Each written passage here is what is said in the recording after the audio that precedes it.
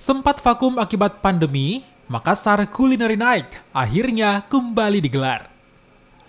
Mengambil lokasi di Fort Rotterdam, Makassar, Makassar Culinary Night menghadirkan 75 tenan dengan beragam jenis makanan, baik lokal maupun mancanegara.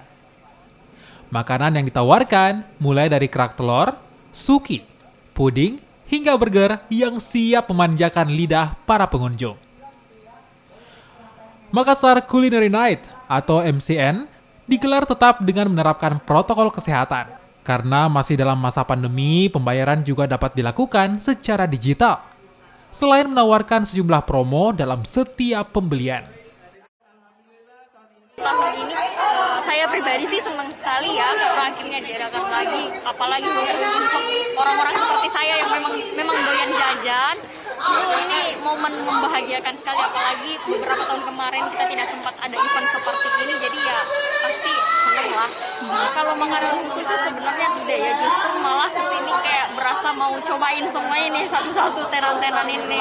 Kegiatan di luar area ini seperti ini itu sudah diberikan kelonggaran oleh masyarakat atau pemerintah, tapi sebenarnya kita masih concern terhadap transmisi menggunakan layanan atau pembayaran menggunakan cash.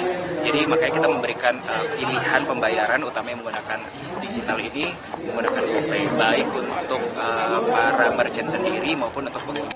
Event MCN dimanfaatkan para pengusaha UMKM dengan menyuguhkan berbagai macam pilihan jajanan, mulai dari makanan tradisional hingga kekinian dengan harga ekonomis.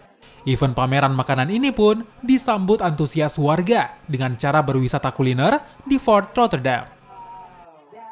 Nila Rustam, Kompas TV, Makassar, Sulawesi Selatan.